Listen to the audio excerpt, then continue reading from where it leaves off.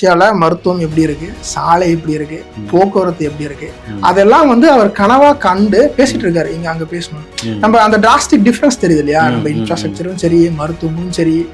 அங்க அரசாங்க மருத்துவம் மட்டும்தான், அரசாங்க மருத்துவமனை மட்டும்தான், தனியார் மருத்துவமனை கிடையாது. தனியார் மருத்துவமனை சின்ன சின்ன கிளினிக்ஸ் இருக்கும். பிரதான மருத்துவமனை அரசாங்க மருத்துவமனை. நீங்க இன்னும் சொல்ல போனா என்ன சொல்ற மாதிரி புட்டினுக்கு உடம்பு சரியில்லைனாலும் அரசாங்க மருத்துவமனை தான் போய் படுக்கணும். ஒரு விடுதலைக்காக, தமிழுக்காக, தமிழன்றதற்காக அத்தனை பேர் கொல்லப்பட்டார்கள். நம்ம வந்து அந்த சமயத்துல இங்க மாநாட மயிலாட பார்த்துட்டு இருந்தோம். அதெல்லாம் நினைக்கும் போது ஒரு குற்ற உணர்ச்சி இருக்கும், ஒரு வெறி வரும். சொல்ல போனா அண்ணன் சொல்லுவார் இல்லையா, நான் விதைத்து கொண்டிருக்கிறேன், என்னோட கடமை நான் விதைச்சிட்டு இருக்கேன், அது முளைத்தால் மரம் இல்லையல் உரம். 2025 தமிழ்நாட்டுல அதிக வெப்பம் பதிவான பகுதி வந்து காப்பாரமத்தி அரவக்குறிச்சி தொகுதி. என்ன காரணம்னா ஃபுல்லா வறண்ட பூமி, விவசாயம் இருக்கு ஆனா ஃபுல்லா வறண்ட பூமி. கூடுதலா கல்குவாரிகள் ஜாஸ்தி. பூதம்ன்ற பிம்பத்தை வச்சுதான் அவர்கள் ஓட்டுவாங்க. இவர்கள் தான் பாஜக எதிர்க்கிறதாக சொன்னார்கள். ஆனா இன்னும் சிறைவாசிகளை, இஸ்லாமிய சிறைவாசிகளை விடுதலை பண்ணல. இன்னும் கூடுதலா வந்து இஸ்லாமிய சிறைவாசிகள் வெளியே வரக்கூடாதுன்னு இதே வழக்காடு மன்றத்துல வாதாடினது திமுக திராவிடர்கள்.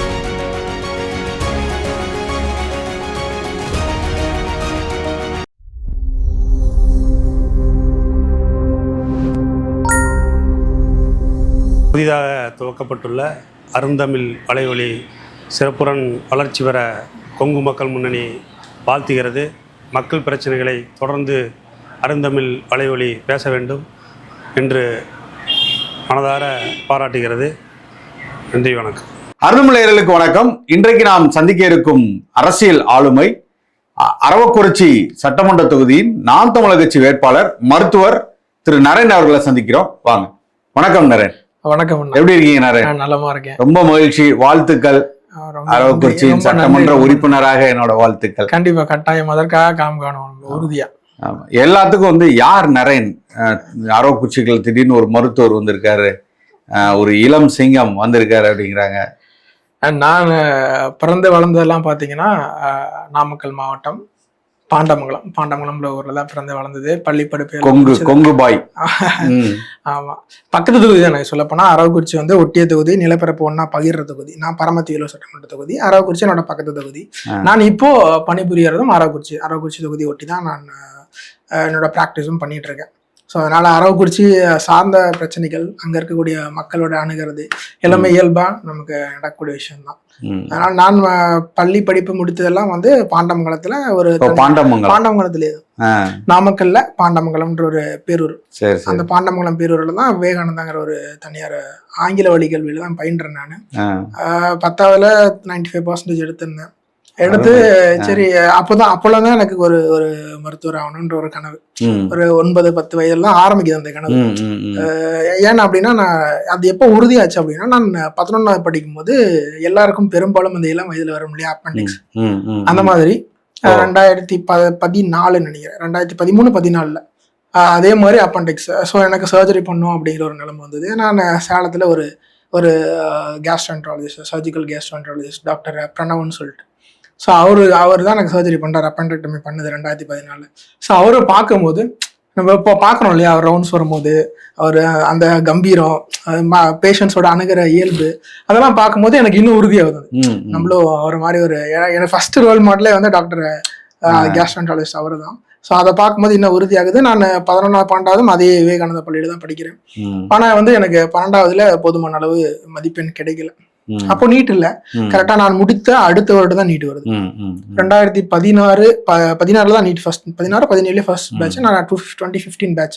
2015 நான் முடிக்கிறேன். ஸோ அப்போ வேற ஏதாவது ஆப்ஷன்ஸ் இருக்குமா இங்கே பிரைவேட்ல பார்க்கும்போது, ஸோ வெளியில போய் படிக்கலாம் அப்படின்னு சொல்லி என்னோட அப்பா தான் வந்து அதுக்கு இனிஷியேட் பண்ணி. ஆமா, அப்பாவோட முயற்சியில தான் நான் வெளிநாடு சென்றது எல்லாமே. 2015 ரஷ்யா போறேன். ரஷ்யால ஒரு 6 வருடம். ரஷ்யால இங்க இல்ல. நான் மருத்துவம் முடிச்சது ரஷ்யால. 2015 மருத்துவ கசான் ஸ்டேட் மெடிக்கல் யூனிவர்சிட்டின்னு சொல்லிட்டு ரஷ்யாவுடைய 3வது தலைநகரம். அங்க நம்ம அண்ணன் சொல்றாரு இல்லையா, அந்த 5 தலைநகரங்கள், நம்ம தமிழ்நாட்டுல 5 தலைநகரம், அதே மாதிரி ரஷ்யால இருக்கு. ரஷ்யால எப்படின்னா ஸ்போர்ட்ஸ் கேபிட்டல்னு ஒண்ணு இருக்கு, கல்ச்சுரல் கேபிட்டல்னு ஒண்ணு இருக்கு, அட்மினிஸ்ட்ரேட்டிவ் கேபிட்டல்னு இருக்கு. இங்க எல்லாருமே வந்து அண்ணனை வந்து கேலி பேசுவாங்க. இங்க நடக்கிறதெல்லாம் சாத்தியமாம்பாங்க. 3 தலைநகரங்கள் இருக்கு. ரஷ்யாவோட 3 தலைநகர்கள் இருக்கு. அதுல administrative capital Moscow, cultural capital வந்து செயின்ட் பீட்டர்ஸ்பர்க். இது நான் வசித்த நகரம் வந்துட்டு ஸ்போர்ட்ஸ் கேபிட்டல். கூடுதலா வந்து அதிக பல்கலைக்கழகங்கள். இன்னைக்கு அமெரிக்காவை காம்பீட் பண்ற அளவுக்கு விளையாட்டுத்துறையில ரஷ்யா எப்பவுமே முன்னிலையில நிற்கும். ஆமா, அதுக்கு சிறப்பு தனியான ஸ்போர்ட்ஸ் கேபிட்டல்னால கிட்டத்தட்ட ஏகப்பட்ட ஸ்டேடியம்கள், மாணவர்கள் பெரும்பாலும் அந்த நகரம் முழுக்க மாணவர்கள். ஆமா, பல்வேறு பகுதிகள்ல இருந்து வருவாங்க. ரஷ்யா பெரிய பரப்பளவு இல்லையா, அதனால பல்வேறு பகுதிகள்ல இருந்து அந்த நகரத்துக்கு வருவாங்க. அது மாணவர்களுக்கான ஒரு சிறந்த நகரம்னு சொல்லலாம்.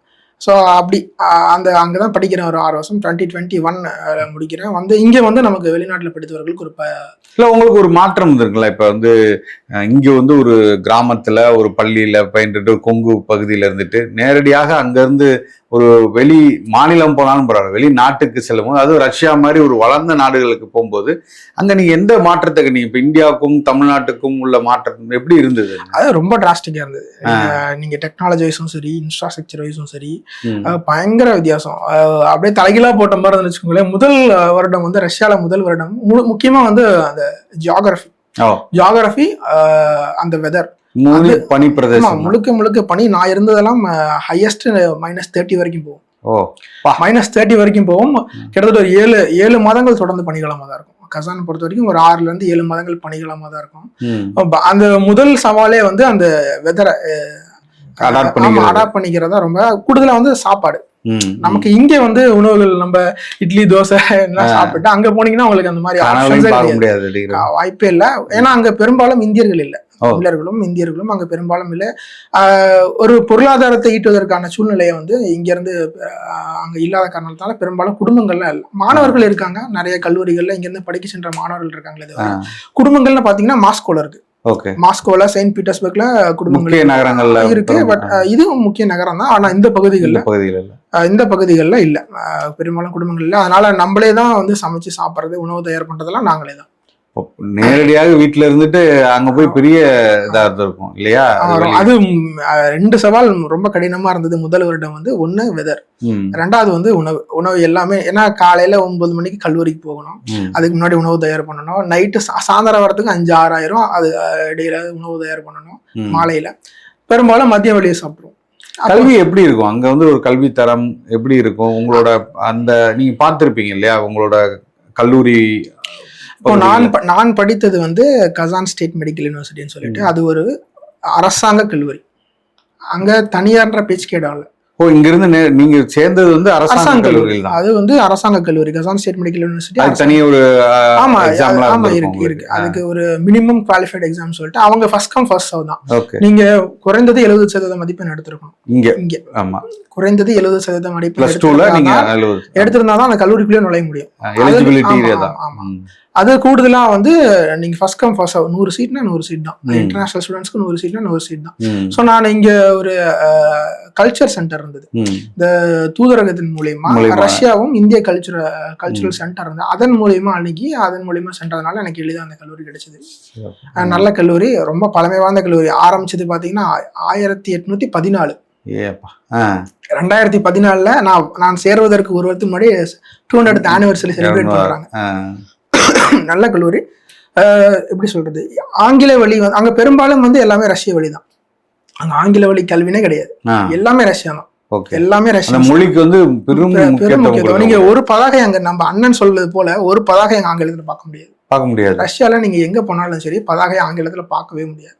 எல்லாமே ரஷ்யன்ல தான் இருக்கும். எல்லாம் உருசிய மொழியில தான் இருக்கும். நம்மளுக்கு உடனே இன வெறி மொழி வெறின்றாங்க. உடனே நீங்க நம்ம ஒரு கனவு இருக்கும் இல்லையா, இந்தியாவில இருந்து வந்தவங்களுக்கு வேண்டாமா, அந்த கண்ட்ரில இருந்து வந்தவங்களுக்கு படிக்க கஷ்டப்பட மாட்டாங்களா அப்படின்ற மாதிரிலாம் இல்ல. அங்க பெரும்பாலும் யாருக்கும் ஆங்கிலம் தெரியாது. மாஸ்கோ அந்த மாதிரி பிரதான பகுதிகளில் வேணா உங்களுக்கு சிலருக்கு ஆங்கிலம் தெரிய வாய்ப்பு இருக்கு. ஆனா கசான் நான் வசித்த பகுதி வந்து பிரதானமா முஸ்லிம்ஸ் இருக்கக்கூடிய இஸ்லாமியர்கள் இருக்கக்கூடிய பகுதி. அது ரிபப்ளிக் ஆஃப் டாட்டாஸ்தான் சொல்லுவோம். அதோட தலைநகரம் தான் கசான். தலைநகரத்துல இருக்கக்கூடிய அரசாங்க கல்லூரி, எப்படி நமக்கு இப்ப மெட்ராஸ் மெடிக்கல் காலேஜ் இருக்கு இல்லையா, அந்த மாதிரி அந்த தலைநகரத்தோட தலை சிறந்த கல்லூரி அது. அந்த ரிபப்ளிக்ல நிறைய கல்லூரிகள் இருக்கு. அதுல முதன்மை கல்லூரி. அதுல படிக்கும் போது நீங்க பெரும்பாலும் பேராசிரியர்களுக்கு ஆங்கிலம் தெரியும். தெரியும். பேராசிரியர்கள். நான் படித்தது வந்து ஆங்கில வழி கல்வி தான். அங்க வந்து வெளிநாட்டவர்களுக்கு மட்டும்தான் ஆங்கில வழி கல்வி. ஓஹோ. ரஷ்யன்ஸ்க்கு ரஷ்யன் தான். அவங்க மொழியில தான், மருத்துவமே அவங்க மொழியில தான் சொல்லி தராங்க. அதற்கான புத்தகங்கள் முதற்கொண்டு எல்லாமே உடற்கூறு புத்தகங்கள்ல இருந்து எல்லா புத்தகம், பிசியாலஜி, அனாட்டமி, பேத்தாலஜி, எல்லாமே அவர்கள் மொழியில தெளிவா இருக்கு. அவங்க அந்த அளவுக்கு அவங்க மொழியின் மீது பற்று கொண்டு அந்த அளவுக்கு தெளிவா. ஆமா, நம்ம யாழ் நூலகத்துல இருந்த மாதிரி உடற்கூறாய்வுலாம் முழுக்க அவங்கள ரஷ்யன்ல தான் இருக்கும். அதற்கான பேராசிரியர்கள் இப்ப நமக்கு இப்போ நீங்க வந்து ஆங்கில வழி கல்வியில் எடுத்துக்கிட்டீங்கன்னா, இங்கிலீஷ் அலோபதியில் எடுத்துக்கிட்டீங்கன்னா, இந்த ப்ரொஃபசர்ஸ்லாம் இருப்பாங்க. யார் இதெல்லாம் கண்டுபிடித்த இந்த ஆண்டுகள். இப்போ அவங்க வந்து பெரும்பாலும் நம்ம ஃபாலோ பண்றது வந்து யூரோப்பியன் ஸ்டாண்டர்ட். யூரோப்ல இந்த நிகழ்வுகள் கண்டுபிடித்திருக்காங்க. ஆனா அவங்க அதை ஏற்க மாட்டாங்க. ரஷ்யர்கள் அதை ஏற்க மாட்டாங்க. அவர்கள் ரிசர்ச்சர்ஸ் யாரெல்லாம் இருக்காங்களோ அவங்களோட இதையும் இவங்க பெருசா எடுத்துக்கிறது இல்ல. அது ஆப்வியஸா அதெல்லாம் பயன்படுத்திப்பாங்க. அதை போட்டுருவாங்க. முன்னிலைப்படுத்துங்கிறது தாய் நிலத்தை. உதாரணத்துக்கு ஒரு ஆராய்ச்சி வந்து சமகாலங்கள்ல உங்களுக்கு யூரோப்லயும் நடந்திருக்கு. அதே ஆராய்ச்சி ரஷ்யாலையும் நடந்திருக்குன்னா இவங்க பிரதானப்படுத்துவது ரஷ்யால கூட ஆராய்ச்சி. அங்க பேராசிரியர்களே அவங்களதான் வந்து முதன்மைப்படுத்துவாங்க. அவங்க இப்ப நம்ம வந்து தானே ஈவன் கோவிட் அப்ப கொரோனா மருந்து வேக்சின் கண்டுபிடிக்கும் அவங்களோட இதைதானே பிரதானப்படுத்தினாங்க. 2020 போட்டுட்டேன். 2020 மிட்ல எல்லாம் எண்ட்ல வந்துருச்சு, வேக்சின் வந்துருச்சு. அங்க வேக்சின் டிரைவும் ஆரம்பிச்சிட்டாங்க. ஸோ அடுத்த நாட்டுக்காரவங்க இப்ப இந்தியாவுக்கோ பல நாட்டுக்காரங்கலாம் படிக்கும்போது அங்கு எப்படி அவங்களோட கலாச்சாரத்தோட எப்படி நீங்க ஒன்றி போறதுக்கு ரொம்ப இயல்பா இருந்ததா, அங்க ரொம்ப கடினமா இருந்தது? இன்டர்நேஷனல் ஸ்டூடெண்ட்ஸ் பாத்தீங்கன்னா பிரதானமா தமிழர்கள். வெளிநாடுகளுக்கு போறதுலயே நீங்க மருத்துவக் கல்லூரிகள், வெளிநாடு மருத்துவக் கல்லூரிகள் பாத்தீங்கன்னா பிரதானமா இருக்க தமிழர்கள் தான். நீங்க வட மாநிலத்தவர்களும் இருக்காங்க. ஆனா நீங்க ஒரு 6-7 ஸ்டேட்டை கம்பேர் பண்ற அளவுக்கு இருக்க தொகையும், நீங்க ஒரு ஸ்டேட் நம்ம தமிழ்நாட்டை கம்பேர் பண்ற தொகையும் இருப்பாங்க. அவங்க ஹிந்தி பேசக்கூடியவர்கள் ஒரு 70 பேர் இருக்காங்கன்னா, தமிழ் பேசக்கூடியவர்கள் 40-50 பேர் இருப்பாங்க. பிரதானமா வந்து பெரும்பாலும் முக்கிய கல்லூரிகள்ல தமிழர்களுக்கு ஒரு படிப்பின் மீது உள்ள இயல்பான ஆர்வம், அதனால வந்து வெளிநாடுகளுக்கு பயணித்து படிக்கிறாங்க. அத நம்ம இன்ஸ்டாகிராம் நினைக்கிறேன் ஒரு ஃபாலோவர் ஒரு பையன் கூட பேசிட்டு இருப்பாரு, ரஷ்ய மொழியில பேசிட்டு. நிறைய தமிழ் மக்கள் அங்க இருக்கிறதும் அவரோட இதுல பார்க்கும்போது எனக்கே தெரியும் இவ்வளவு தமிழ் பேசக்கூடிய இருக்காங்களா அப்படிங்கிற அளவுக்கு. அங்க சிவன் கோயில் இருக்கு, உங்களுக்கு பெருமாள் கோயில் இருக்கு, கிருஷ்ணர் கோயில் இருக்கு. அங்கேயும் வந்து சிலர் ஒரு குறிப்பிட்ட அந்த இந்து சமயத்தையும் ஃபாலோ பண்றவங்களும் இருக்காங்க ரஷ்யால. இப்ப நான் இருந்த கசான்லயுமே ஒரு சிவன் கோயில் இருக்கு, ஒரு கிருஷ்ணர் கோயில் இருக்கு. அங்கேயும் ரஷ்யர்கள் இந்து சமயத்தை ஃபாலோ பண்றாங்க. ஆமா ஆமா. இல்ல இப்படி நரேனவர்கள் வந்து ஒரு பெரிய ஒரு ரோல் மாடலா எடுத்துக்கிட்டு ஒரு மருத்துவரை எடுத்துக்கொண்டு மருத்துவம் படிக்கிறதுக்கு ரஷ்யா போன நரேன்ட்ட பெரிய மாற்றமாக சரி ஓகே மக்களுக்காக சேவை செய்யணும், மக்களுக்கு வந்து தன்னுடைய படிப்பின் மூலமாக நிறைய உதவிகள் செய்யணும், இந்தியாவுக்கு திரும்பணும்னு அங்க படிக்கும் போதெல்லாம் அந்த கனவோட தானே இருந்திருப்பீங்க. கண்டிப்பா போனோன்னா நம்ம வந்து எல்லா மக்களுக்கும் நம்ம வந்து மருத்துவத்தை. ஆனா அப்படியே தமிழ் தேசியம், தமிழ் பற்று, வேட்பாளராக அரசியல், இந்த பரிணாமம் எல்லாம் எப்படி? இல்ல அதற்கு நான் கல்லூரி ஆரம்பிச்ச முதலாண்டுலயே அதற்கான விதை ஊனப்பட்டது. எப்படின்னா நான் 2016 நமக்கு இயல்பா வந்து இங்கே பெருசா சோசியல் மீடியாஸோ இல்ல யூடியூபோடைய அந்த இன்டர்நெட்டின் தாக்கம் இல்லை. நான் 15-12 வரைக்குமே பெருசா நாங்கள் பயன்படுத்தி இருக்க மாட்டோம், மொபைல் ஃபோன்ஸ் பெருசா பயன்படுத்த மாட்டோம். அங்க போனோடனே மொபைல் ஃபோன்ஸ், யூடியூப், அதுல வரக்கூடிய காணொலிகள் அதெல்லாம் பார்க்கும்போது நான் முதல்ல வந்து எனக்கு அறிமுகமானது ஐயா ஒரிசா பாலு ஐயா. கடல்சார் ஆராய்ச்சியாளர் ஒரிசா பாலு ஐயா. அவர் வந்து தென்புலம்னு சொல்லிட்டு ஒரு குழு வச்சிருந்தார். அது அந்த 198 நாடுகள்ல வாழக்கூடிய தமிழர்களை ஒருங்கிணைக்கிறதுக்காக அந்த குழுவுல நான் ரஷ்யாவை பிரதிநிதித்துவப்படுத்தி இருந்தேன். அதுல வந்து அவர் அந்தந்த பகுதிகள் இப்ப உருசிய மொழியில அந்த கட்டுமரம் சொல்றோம் இல்லையா, அந்த மாதிரியான சொல்லாடல்கள் வந்து ரஷ்ய மொழியிலயும் இருக்கு. இப்ப நம்ம பயன்படுத்தக்கூடிய தமிழ் வேர்ச்சொற்கள்ல இருந்து அதே வேர்ச்சொற்களை அவர்களும் பயன்படுத்துறாங்க. நிறைய சொல்லாடல்கள் அதுல வந்து ஊர் பெயர்களும் இந்த மாதிரி பொருட்களின் பெயர்களும் ரஷ்ய மொழியில தமிழ் மொழியில ஒப்பிட்டு கட்டுமரமே எடுத்துக்கலாமே, கட்டமரானதான் அவங்களும் சொல்லுவாங்க, கட்டமரம் தான் சொல்லுவாங்க ரஷ்ய மொழியில கட்டமரம் தான் அது. சோ அதனால அத சில தரவுகள் வந்து அந்த குழுவுல பதிவிடுறதுக்கு, சில தகவல்கள் கேட்பதற்கு, பரிமாறிக்கொள்வதற்கு அந்த மாதிரி பயன்படுத்தப்பட்டிருந்தது. அதுல இருந்துதான் அந்த ஜல்லிக்கட்டு புரட்சி வந்து இல்லையா. நான் 2017-18 நான் நான்கு மகிழ்ச்சி உறுப்பினராக இணைறேன். அருமை. 2017-18 அப்போ சொல்ல போனா அங்க ரஷ்யால ஒரு போராட்டத்தை முன்னெடுக்கிறோம். ஜல்லிக்கட்டுக்கு ரஷ்யால போராட்டத்தை முன்னெடுக்கிறோம். அந்த காணொலிகள் கூட இன்னும் இருக்கு. படிக்கும் போதே ரஷ்ய மாணவர்கள் எல்லாத்தையும் வந்து சேர்த்து தமிழ் மாணவர்கள் ரஷ்யால பயிலக்கூடிய அந்த மாகாணத்துல இருக்கக்கூடிய மாணவர்கள் எல்லாத்தையும் ஒருங்கிணைச்சு ஒரு ஜல்லிக்கட்டுக்கு அங்க ஒரு போராட்டத்தை முன்னெடுக்கிறோம். அது முடிச்சுட்டு நம்ம காவேரி பிரச்சனை வந்தது இல்லையா, கர்நாடகா காவேரி பிரச்சனை, அந்த பிரச்சனைக்கும் ஒரு போராட்டத்தை முன்னெடுக்கிறோம். ரஷ்யால போராட்டத்தை முன்னெடுக்கிறோம். அதுல இயல்பாவே அந்த உணர்ச்சி பற்றி அந்த சமயங்களை ஒட்டி வர அப்போதான் அந்த பன்னாட்டு நாம் தமிழர் கட்சி தொடர்பு கிடைக்குது. அந்த தென்புலத்தின் மூலியமா யூகேல இருந்து திருமலை அண்ணன், ஆஸ்திரேலியா இருந்து முரளி அண்ணன், கனடால இருந்து இங்க பட்டுக்கோட்டையில ஒரு ஆனந்தன்னு சொல்லிட்டு அவர்களோட தொடர்பு எல்லாம் கிடைக்குது. அவர்கள் மூலியமா அடிக்கடி தமிழ் தேசியம் பேசுறோம். அப்போ எனக்கு நேரடியா கட்சிக்குள்ள பணியாற்ற முடியல.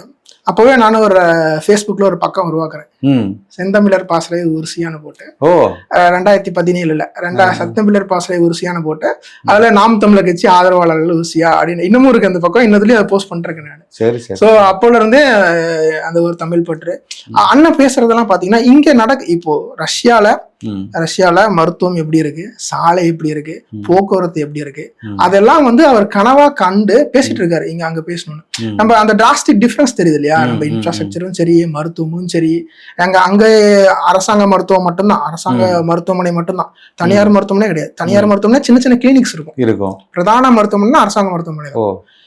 தனியார் மருத்துவமனை இங்க எல்லா வசதிகளும் அங்க இருக்கு. எல்லா வசதிகளுமே நீங்க இன்னும் சொல்ல போனா என்ன சொல்ற மாதிரி புட்டினுக்கு உடம்பு சரியில்லைனாலும் அரசாங்க மருத்துவமனை தான் போய் படுக்கணும். ஆமா, தனியார் மருத்துவமனை கிடையாது. இந்த மாதிரி காவேரியிலயோ அப்பலோலயோ போய் படுக்க முடியாது. அங்க தனியார் மருத்துவமனையே கிடையாது. முழுக்க அரசாங்க மருத்துவமனை தான். நான் படிச்சதும் அரசாங்க மருத்துவமனை. என்னோட ஒரு சுவாரஸ்யமான நிகழ்வு என்னன்னா, என்னோட 2ஆம் வருடம் படிக்கும் போது என்னோட நண்பன் ஒருத்தன், அவனுக்கு உடல்நிலை சரியில்லாம போயிடுச்சு. அப்போ எல்லா இன்டர்நேஷனல் ஸ்டூடெண்ட்ஸுக்குமே வந்து ஒரு இன்சூரன்ஸ் கார்டு, அது நம்ம எப்பயுமே இயர்லி ஒன்ஸ் ரினியூ பண்ணுவோம். அந்த கார்டை யாராவது மருத்துவமனை போய் உடல் எடை கூடி பார்த்திருக்கீங்களா? உடல் எடை அவன் உடல்நிலை ஒரு 6 நாட்கள் இருந்தான் மருத்துவமனையில. உள்ள போனதுல இருந்து 2 கிலோ கூடி வந்திருக்கான். அது சரி. அந்த அளவுக்கு 3 வேளை உணவு, தரமான ஊட்டச்சத்து மிக்க உணவு, அவங்க ஹை புரோட்டீன் டயட், காப்ஸ் எல்லாமே. அப்பெல்லாம் நம்மளுக்கு ஒரு பயங்கரமான ஒரு கோவம் வரும்ல. ரொம்ப இவன் இப்படி இருக்கான், நம்ம ஏன் இவ்வளவு. இன்னும் சொல்ல போனா, இப்போ நீங்க ஒரு குப்பமேடு இருக்குன்னு வச்சுக்கோங்க. குப்பமேட்டுல இருந்து ஒரு துர்நாற்றம் அடிச்சுக்கிட்டே இருக்கு. அந்த துர்நாற்ற பக்கத்துல இருந்தீங்கன்னா அந்த துர்நாற்றம் உங்களுக்கு தெரியாது. அது இயல்பா பழகிரும். இம்யூனிட்டி அப்படின்றோம். அங்கே இருந்தாதான் நல்லது, அப்படியே இருந்துரும். அப்படி இல்ல, அந்த துர்நாற்றமா அவங்களுக்கு சகிச்சு போயிரும். நீங்க அங்கிருந்து ஒரு 30 கிலோமீட்டர் தள்ளி கொண்டு போய் உட்கார வச்சுட்டு ஒரு சிறப்பான ஒரு இயற்கை சூழல உட்கார வச்சுட்டு அந்த திருப்பி கொண்டு போய் உட்காந்துன்னா அந்த நாத்தம் தெரியும் உங்களுக்கு. அப்படிதான் நான் இங்க இருந்து ரஷ்யா போயிட்டு திருப்பி இங்க வரும்போது, என்னடா ஃபர்ஸ்ட் இயர் வரும்போதெல்லாம் எனக்கு ஒரு மாதிரி, ஃபர்ஸ்ட் இயர் வரைக்கும் நான் பெருசா அந்த அரசியல் இல்ல. ஃபர்ஸ்ட் இயர்ல தான் நம்ம அந்த டிஃபரன்ஸ் உணர்ந்துட்டு திருப்பி செகண்ட் இயர் போகும்போது வருடம் ஒரு வாட்டி வரும், ஒரு 1.5 மாதம் வரும். அப்போதான் அழகான ரோடு சைட்ல லேன் டிசிப்ளின் சூப்பரா இருக்கு, பெடஸ்ட்ரியன் பாத்வே இருக்கு, அவ்வளவு அருமையா மக்கள் வாழ்றாங்க, ரொம்ப பீஸ்ஃபுல்லா வாழ்றாங்க. நம்ம கிட்ட என்ன இல்ல, நம்ம இந்த தமிழ்நாட்டுல என்ன வளரல. இன்னமும் சொல்ல போனா ரஷ்யால 6 மாதம் தான் விளைச்சல், 6 மாதம் பனி ஒண்ணும் பண்ண முடியாது. அவங்க எந்த கல்டிவேஷனும் பண்ண முடியாது, இருக்காது. எல்லா உணவுகளும் பெரும்பாலும் அங்க சில உணவுகளை வந்து பதப்படுத்தி வைக்கணும், இல்லாட்டினா வந்து இறக்குமதி பண்ணணும். அப்படிதான் அவங்க சூழ்நிலை இருக்கு. அப்படி இருக்கும் போதும் தண்ணீரோட இருக்காங்க, பயங்கர தண்ணீரோட இருக்காங்க. நீங்க போக்குவரத்துன்னு எடுத்துக்கிட்டா தனியார் தான், அது அரசாங்கம் தான், தனியாரே கிடையாது. போக்குவரத்துல அரசாங்கம் மட்டும்தான், தனியார் கிடையாது. மருத்துவமும் அப்படிதான், அரசாங்கம் மட்டும்தான், தனியார் கிடையாது. எல்லா மருத்துவமும் இலவசம், மருந்து இலவசம். நீங்க மருந்து வந்து டிபெண்ட் சப்சிடரி இருக்கு, அது ஒவ்வொருத்தரும் கேட்டகரி, அது தனித்தனியா வரும். பட் பெரும்பாலும் வந்து உங்களுக்கு அரசாங்க மருத்துவமனையில எல்லாம் இலவசம். அது ஏன் வந்து இப்ப நம்ம இலவசம்னு மட்டும் இல்லாம அந்த தரம் இருக்கு பாருங்க. நீங்க அந்த மருத்துவமனை உள்ள போனீங்கன்னா ஒரு 3 ஸ்டார் ஹோட்டல் மாதிரி இருக்கும். ஆமா, நீங்க உணவு சொல்லும் போது யாரும் வெளியில வர மாட்டாங்க. ஒரு 4 நாள் அவன் 2 கிலோ ஏறி வந்திருக்கான் பாருங்க. யாரும் நம்ம ஊர்ல யாராவது மருத்துவமனை போய் 2 கிலோ ஏறி வருவாங்களா? அவன் போய் 2 கிலோ ஏறி வந்திருக்கான் அப்படின்னா பாத்துக்கோங்க அங்க எப்படி இருக்குன்னு. நம்ம அந்த கோவம் வருது இல்ல, இவன் இவ்வளவு பண்றானே, நம்மளால ஏன் பண்ண முடியல? அதெல்லாம் முழுக்க நம்ம அந்த வரக்கூடிய கோவங்களை அண்ணன் பேசிட்டு இருக்காரு இங்க. ஓகே, அப்படிதான் எனக்கு கனெக்ட் ஆகுது. அரசியலோட இது ஆரம்பம் அங்கதான். அண்ணனோட பேச்சுக்கள் தொடர்ச்சியா கேட்டதுதான். ஆனா அண்ணன் இப்போ இருந்து இல்ல, முன்னில இருந்தே 2 மணி நேரம் 3 மணி நேரம் பேசுவாங்க. என்னோட பொழுதுபோக்கே அண்ணனோட வீடியோ பாக்குறது தான். அது சரி. படிப்பு நேரங்களை தவிர்த்து நம்ம வேற ஏதாவது ஒரு நாட்டம் கொள்ளணும்னா நான் அதுல தான் பார்ப்பேன். எனக்கு பெருசா நட்பு ஓட்டங்கள் இல்லை, கல்லூரிகளில் பொறுத்த வரைக்கும் பெருசா நட்பு ஓட்டம் இல்லை. ஒரு 5-6 நண்பர்கள் தான் க்ளோஸ்டு சர்க்கிள்னா, அவங்க கிட்ட பேசுறது அரசியல் தான் பேசுவோம், அண்ணனை பத்தி தான் பேசுவோம். அப்படிங்கும்போது இன்னொரு விஷயம் என்னன்னா 2018 மாவீரர் நாள், 2018 மாவீரர் நாள்ல நாங்க வந்து எல்லாளன் படம் இருக்கு இல்லைங்களா, விடுதலை புலிகள் எல்லாளன் படம், எல்லாளன் படத்தை நாங்க திரையிடுறேன் ரஷ்யால ஆக்டிவிட்டி ஹால், ஹாஸ்டலோட ஆக்டிவிட்டி ஹால்ல ஒரு 50 மருத்துவ மாணவர்கள் நாங்க நவம்பர் 26 தலைவர் பிறந்தநாள் கொண்டாடுறோம். 2026 தலைவர் பிறந்தநாள் கொண்டாடுறோம். ஒரு 20-30 மருத்துவ மாணவர்களை அழைத்து கொண்டாடுறோம். மறுநாள் எல்லாரும் படம் திரையிடுறோம். அருமை. அந்த அனுமதி எல்லாம் இருக்கு. அந்த கொஞ்சம் சிக்கலாச்சு, அது கொஞ்சம் சிக்கலாச்சு. அந்த சிக்கல்கள் அட்மினிஸ்ட்ரேஷனுக்குள்ளே முடிஞ்சனால பெருசாகல. அது நாங்க உள்ள ஆக்டிவிட்டி ஹால தானே பண்ணோம், உள்ளரங்களை தான் பண்ணோம். என்ன சொல்லுவாங்க, என்ன சொன்னாங்க? இல்ல அது வந்து ரெஸ்ட்ரிக்டட் ஆர்கனைசேஷன்ஸ், நீங்க அதை செலிப்ரேட் பண்ணக்கூடாது அப்படிங்கிற மாதிரி தடை பண்ண இயக்கம்ங்கிறதுனால அதோட இதெல்லாம் வெளியிடக்கூடாது. இன்னும் சொல்ல போனா நான் 7th ஃப்ளோர்ல இருந்தேன். 7th ஃப்ளோர்ல 2 பேர் ஒரு ரூமுக்குன்னு வச்சுக்கோங்களேன். எங்க புலிக்கொடியை வந்து ஜன்னல்ல பறக்க விட்டுரு போக முடியும், நானும் என்னோட நண்பரும். எனக்கு அப்படியே உண்மையிலே கூசுது. நாங்க கீழே போயிட்டு பாப்போம், எட்டி பார்ப்போம், நல்லா வரக்குது அப்படின்னு நல்லா தெரியுது. இங்க இருந்து கீழே இருந்து 2 பேரு, அவன் 6வது மாடி, நான் 7வது மாடி, 2 பேருமே வரும்போது எடுத்துட்டு வந்துட்டோம் புலிக்குடிய.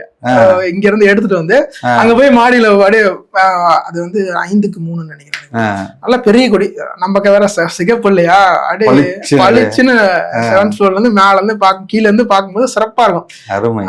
அந்த மாதிரி ஒரு உணர்வு. கூடுதலா நிறைய ஈழத்தமிழர்கள் அந்த சமயம் தென்குளத்துல இருக்கும்போது நிறைய ஈழத்தமிழர்கள் வந்து எனக்கு அறிமுகமாறாங்க. அவர்களோட பேசும்போது, அவர்களோட வழியை நம்ம கடத்தும் போது, இன்னமும் சொல்ல போனா மாவீரர் நாள்ல அந்த பாட்டு ஒண்ணு வரும் இல்லையா, ஏறுது இல்ல இது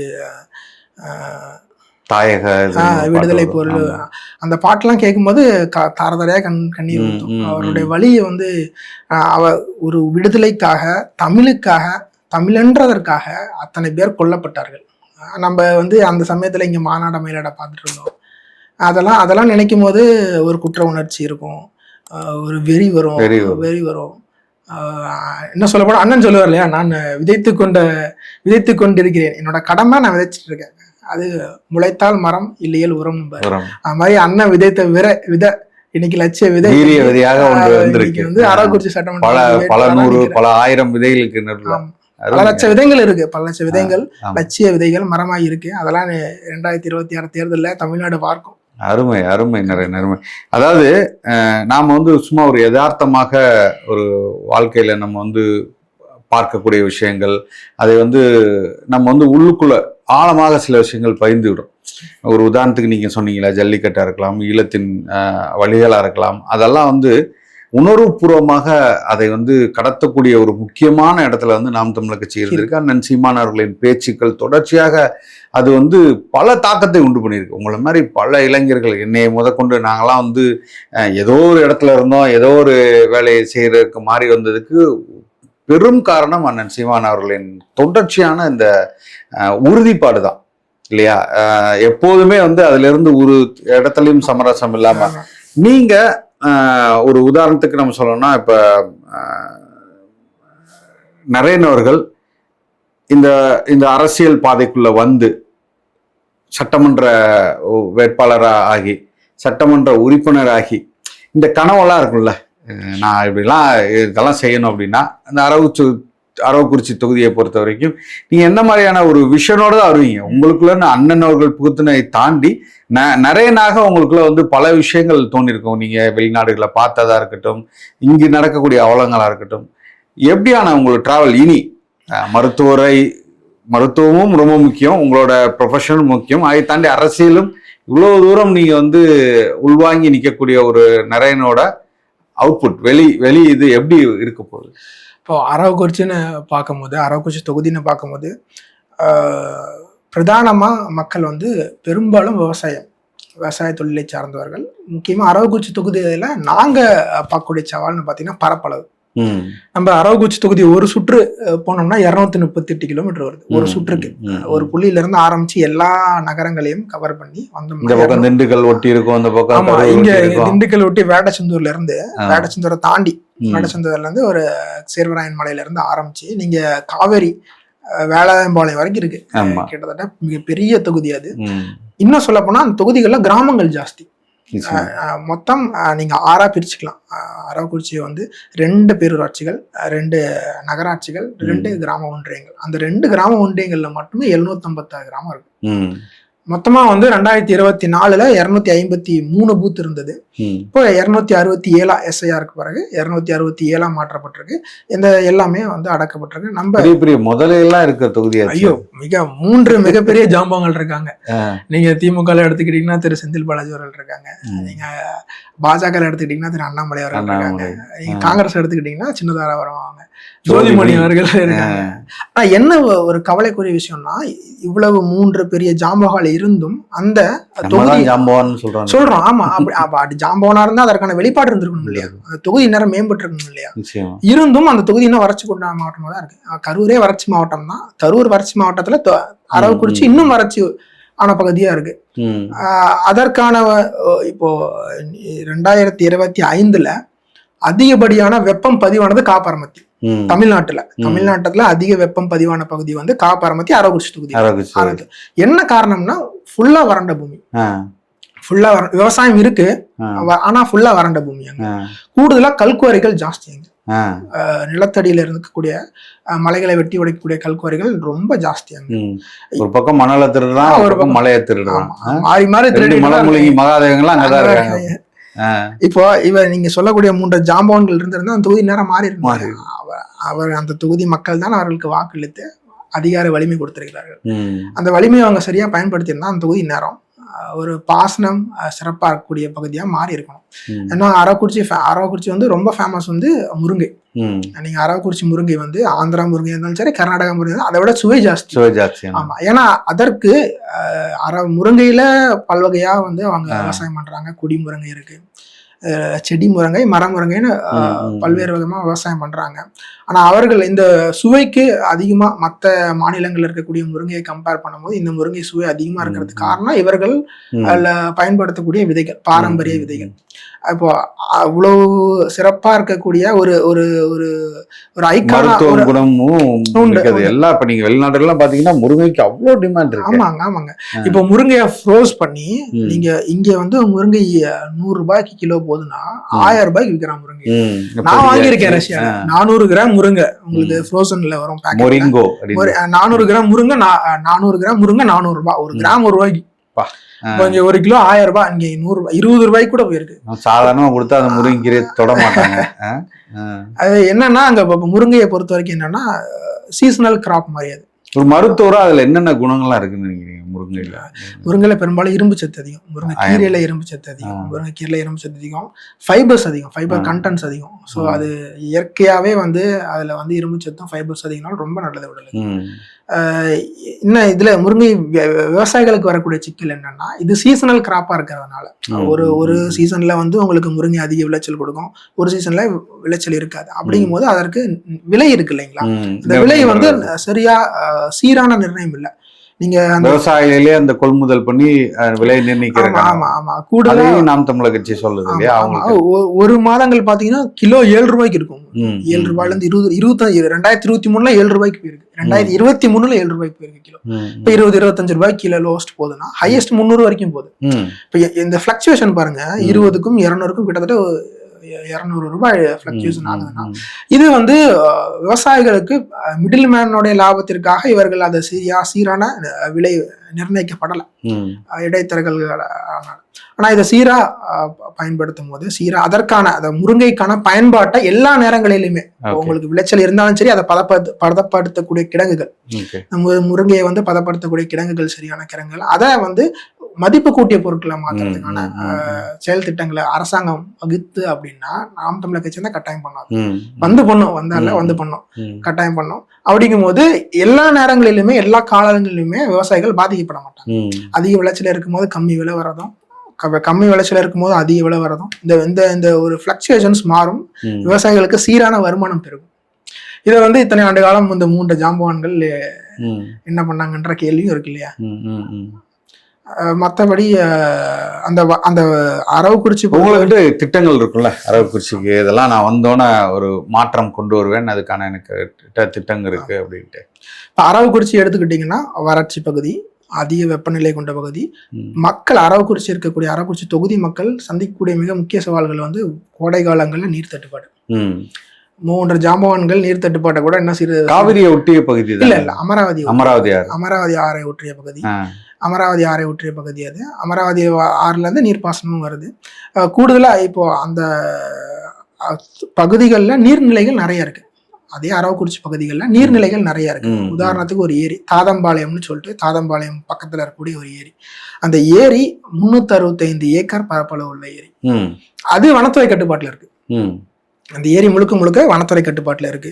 அது வனமாக்கப்படுது. அந்த ஏரியில நீர் பிடிப்பே இல்லை, துளி கூட நீர் பிடிப்பு இல்லை. ஏரியை நேரில் போய் பார்த்துருக்கும். நேரில் போய் பார்த்து அதோடைய மதில் சுவர்கள் இருக்கு இல்லையா, சுற்றி ஏரி கரைகள் இருக்கு இல்லையா, பெரும்பாலும் சேதமடைஞ்சிருச்சு. அந்த ஏரியில பராமரிப்பே இல்லை. ஏரியில இருந்து ஒரு வாய்க்கால் வருது, திறந்த வாய்க்கால் வருது. அந்த வாய்க்கால தண்ணியே இல்லை. அது ஒரு ஏதோ தாதம்பாளையம் ஏரி.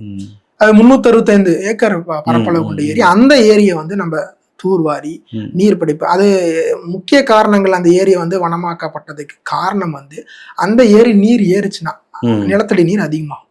அந்த ஏரியை சுத்தி 75 கிராமங்கள் வந்து பயனடைய கட்டாயம். அந்த ஏரியை சுத்தி 75 கிராமங்கள் பயனடையும். கூடுதலா 1500 ஏக்கர் 15,000 ஏக்கர் அந்த ஏரியில இருந்து அந்த நீர் பாசன வசதி உள்ள பயன்படக்கூடிய ஏக்கர்ஸ் மட்டும் 15,000 ஏக்கர். அந்த 15,000 ஏக்கர் பயனடையும், 75 கிராமங்கள் பயனடையும். ஆனா இது எல்லாமே கருத்தில் கொள்ளாம அந்த ஏரியை வந்து இன்னமும் வனமா மாற்ற ஏதோ ஒரு திட்டம் இருக்கும். அது என்ன காரணம்னா கல்குவாரி. புரியுதுங்களா உங்களுக்கு? அந்த ஏரியில நீர் பாசனம் அதிகமாயிடுச்சு, நீர் விவசாயம் பண்ண ஆரம்பிச்சிட்டாங்கன்னா கல்குவாரியை தோண்டி வச்சிருக்கிறதுல நீர் வந்துடும். அவனால நிலத்தடி நீர் அதிகமாச்சுன்னா கல்குவாரில நீர் ஏற ஆரம்பிச்சிடும். சோ அந்த அந்த ஒரு 5-6 முதலாளிகள் வந்து லாபம் அடைகிறதுக்காக 15,000 ஏக்கர் பாசனம் பாழாகுது, 75 கிராமங்கள் பாழாகுது. இதே அரசு தான் வந்து பெருமையா சொல்லிட்டு இருக்கு, எல்லா ஏரியிலையும் நாங்கள் தூர்வாகி கொண்டு இருக்கிறோம், மக்கள் வந்து ரொம்ப மகிழ்ச்சியா இருக்காங்க அப்படின்னு சொல்றாங்க. நீங்க தான் செந்தில் பாலாஜி நீங்க குறை சொல்றீங்கன்னு நினைக்கிறேன். இல்ல, அதாவது ஒரு வேலை செய்யறாங்கன்னா அதற்கான ரிசல்ட் வரணும்ல. அது ரிசல்ட் என்ன, மக்கள் ஆப்வியஸா பயனடைகிறதுல தான் இருக்கு. இப்போ அவர்கள் அந்த வேலையை செய்திருந்தார்கள் என்றால் அந்த இடம் நேரம் செழுமையா இருக்கணும்.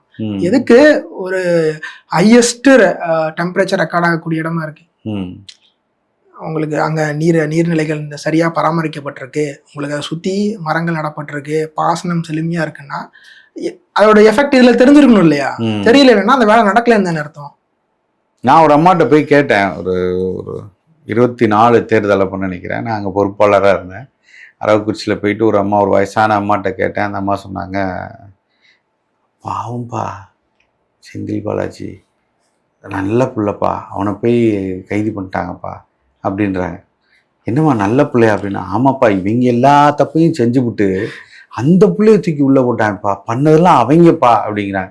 ஸோ இந்த மனநிலை அரவக்குறிச்சியில் நான் பல இடத்துக்குள்ள போகும்போது ரொம்ப வெள்ளாந்தியான மனுஷங்க, ரொம்ப ஒரு யதார்த்தமான ஒரு வாழ்க்கையை அவங்களுக்கு வந்து இந்த அரசியல் இதெல்லாம் இல்லாமல் ஒரு யதார்த்தமாக நீங்கள் சொன்ன மாதிரி அதிக கிராமங்கள் உள்ள பகுதியில் போகும்போது அவங்க அந்த கிராமம் தான், அதுதான் அவங்களோட வாழ்க்கையே, அதுக்குள்ளேயே வாழ்ந்துட்டு இருக்காங்க பல பேர். அதில் விட்டு அவங்க வெளியில் வர மாட்டாங்க. அப்படியாப்பட்டவர்களே இவங்க ஒரு கட்டமைப்புகளை கொண்டு வந்து எது சரி எது தவறுன்னெலாம் சொல்லாமல் அதுக்குள்ளேயே வச்சுருக்காங்கல்ல. இதை எப்படி நீங்கள் மாற்ற முடியும்னு நினைக்கிறீங்க? கண்டிப்பா அதற்கு நாம வீடு வீடா போய் திண்ணை பிரச்சாரம் பண்ணணும். ஒவ்வொரு வீடுகளிலும் நான் பர்சனலா எடுத்துக்கிட்ட விஷயம் என்னன்னா, நான் ஏறாத படிகள் இருக்கக்கூடாது. அரவக்குறிச்சி தொகுதியில ஏறாத படிகள் இருக்கக்கூடாது. எல்லா பகுதிகளிலும் நீங்க என்ன உங்க நிலை என்ன இருக்கு, அங்க மக்கள்கிட்ட போனீங்கனாலே மக்கள் சொல்லுவான் மக்கள்ல இந்தந்த பிரச்சனை இருக்குன்னு. அப்புறம் யார் காரணம்னா அவன் வந்து முழுக்கி தான் செய்வான். அப்போ நீங்க உங்கள் பிரச்சனைகளுக்கான காரணம் இவர்கள், அதற்கான மாற்று நாங்கள் அப்படின்னு பிரச்சனையும் விளக்கி அதற்கான மாற்றையும் சொல்லும் போது கட்டாய மக்கள் மாறுவார்கள். பெரும்பாலும் வயதானவர்கள், ஏன்னா இளம் வயதில் இருக்கக்கூடியவர்கள் அந்த அந்த பகுதியில் இருக்கக்கூடிய வெளியூர்களுக்கு சென்று பெரும்பாலும் வெளியூர் கோயம்புத்தூர், சென்னை அந்த மாதிரி வந்துடுறாங்க. பெரும்பாலும் வயது முதியவர்கள், கொஞ்சம் வயதானவர்கள், விவசாயம் பார்க்கக்கூடியவர்கள் தான் அந்த கிராம பகுதியில இருக்காங்க. அவர்களுடைய பிள்ளைகள்லாம் வெளியே வந்துடுறாங்க. இந்த பகுதிகள் எப்படி இருக்கு? அரவக்குறிச்சியில் இன்னொரு முக்கியமான பகுதி இருக்கு, அது பள்ளப்பட்டி. பெரும்பாலும் இஸ்லாமியர்கள் பிரதானமா இருக்கக்கூடிய பகுதி. அதுல கிட்டத்தட்ட ஒரு 30 பூத் இருக்கு. மொத்தமா தீர்மானிக்கக்கூடிய சக்தியாக பள்ளப்பட்டி இருக்குங்கிற மாதிரி தான் சொல்லுவாங்க. ஏன் அப்படின்னா 2024 தேர்தல்ல அந்த 30 வாக்குல பதிவான வாக்கு 24,000 வாக்குல திமுக விழுந்த வாக்கு 22,000. சிந்தாம சதுராம விழுந்திருக்கு. அது காரணம் இவர்கள் கட்டி எழுப்பி இருக்கக்கூடிய பிஜேபின்ற பிம்பம், மாய பிம்பம். ஆமா, அந்த பூதம்ன்ற பிம்பத்தை வச்சுதான் அவர்கள் ஓட்டு வாங்குறாங்க. இது கடந்த மாதம் பிப்ரவரி 28 பழனி பாபா நினைவு நாள் வந்தது. அந்த நினைவு நாளை முன்னிட்டு நாங்கள் பள்ளப்பட்டியில ஒரு மருத்துவ முகாம் போட்டிருந்தோம். அப்ப நான் மக்களை சந்திக்கும் போகும்போது மக்கள் ஒரு தெளிவுக்கு வராங்க. ஏன் அப்படின்னா, இவர்கள் தான் பாஜக எதிர்க்கிறதாக சொன்னார்கள்.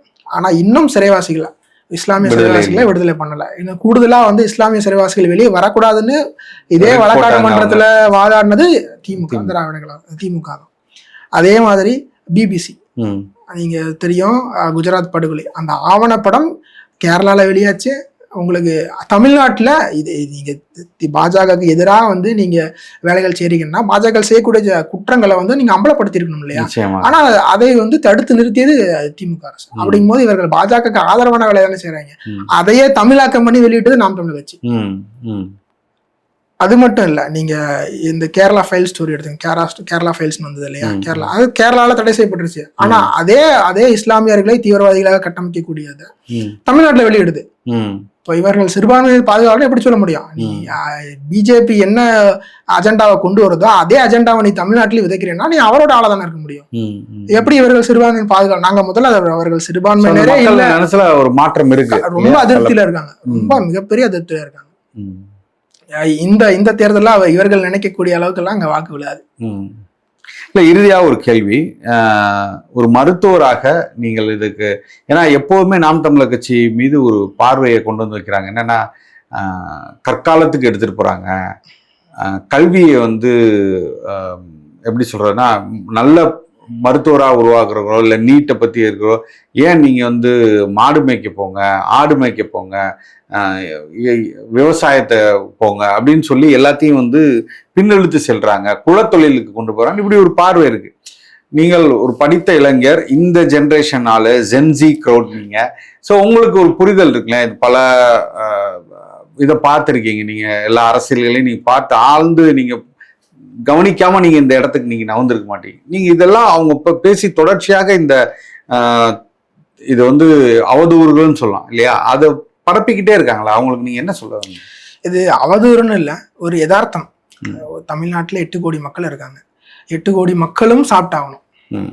இப்போ உதாரணத்துக்கு பெரும்பாலான வியாதிகள், மனிதனுக்கு ஏற்படக்கூடிய பெரும்பாலான வியாதிகள் உடல் உழைப்பின்மையினாலையும் சரியான உணவின்மையினாலையும் தான். சத்து ஆகாரம் இல்ல, சரியான உணவு இல்லாத காரணத்தினால வரக்கூடிய நோய்கள் தான் அதிகம். நான் கண்டேஜியஸ் டிசீஸ்ன்னு சொல்றாங்க இல்லையா, அதாவது ஹைப்பர் டென்ஷனா இருக்கட்டும், டயபிட்டிஸ் மெலிட்டஸா இருக்கட்டும், இந்த மாதிரியான வியாதிகள் சரியான உணவு இல்லாதனாலையும், சரியான உணவு முறை இல்லாதனாலையும், சரியான உடல் உழைப்பு இல்லாதனாலையும் வர்றது தான். நிச்சயமா நீங்க இந்த 8 கோடி மக்களும் சாப்பிட்டாகணும். 8 கோடி பேரும் டாக்டர் ஆயிட முடியுமா? 8 கோடி பேரும் ஐஏஎஸ் ஆஃபீஸர் ஆயிட முடியுமா? ஆனா 8 கோடி பேரும் சாப்பிட்டாகணும். நல்ல சத்துள்ள அந்த ஜெனட்டிக்கலி மாடிஃபைடு ஆர்கானிசம்ஸ் இல்லாம, இப்போ எல்லாருமே இந்த ஜிஎம்ஓ ஃப்ரீ ஆர்கானிக்னு போறாங்க. அதான் நாங்க தமிழ் சொல்லுது. ஜிஎம்ஓ ஃப்ரீங்கிற நீ, ஆர்கானிக்குங்கிற, அதான் நாங்க இயற்கை விவசாயங்கிறோம் சொல்றோம். எல்லாருக்கும் அடிப்படை தேவை உணவு. உணவு சரியான முறையில் இருந்ததுன்னா இந்த வியாதிகளுக்கான வாய்ப்புகள் குறையும். அது ரொம்ப எப்படி இப்ப நம்ம ஆடு மாடை மேய்க்க போறோம்னா அது கேட்டில் ஃபார்மிங், அது நீ என்ன போய் குச்சி வச்சுட்டு அண்ணன் சொல்ற மாதிரி குச்சி வச்சுட்டு மேய்க்க போற, அது ஒண்ணும் கிடையாது. அது 1000 ஏக்கர் கணக்குல இருக்கும். அது இப்போ வர ட்ரோன்ஸ் பறக்க விட்டுட்டு ஆடு மாடு மேய்ச்சிட்டு இருக்காங்க. ட்ரோன்ல ஆடு மாடு மேய்ச்சிட்டு இருக்காங்க. ட்ரோன்ல போறாங்க, ஆமா. ஹெலிகாப்டர்ல ஹெலிகாப்டர்ல போறாங்க, போறாங்க. குதிரையில போறாங்க. இப்போ ஆர்டிபிஷியல் ட்ரோன்ஸ் வந்துருச்சு. நீ அதை மேனேஜ் பண்ண போற, அதை நீ வந்து மார்க்கெட்டிங் பண்ண போற, ப்ராடக்ட்டை பை ப்ராடக்டா மாத்த போற, செல் பண்ண போற, மார்க்கெட் பண்ண போற, அவ்வளவுதானே தவிர இவர்கள் சொல்ல மாதிரி தூக்கு சட்டியில கொண்டு போயிட்டு குச்சி வச்சுட்டு ஆடு மாடு ஓட்ட போறதெல்லாம் கிடையாது.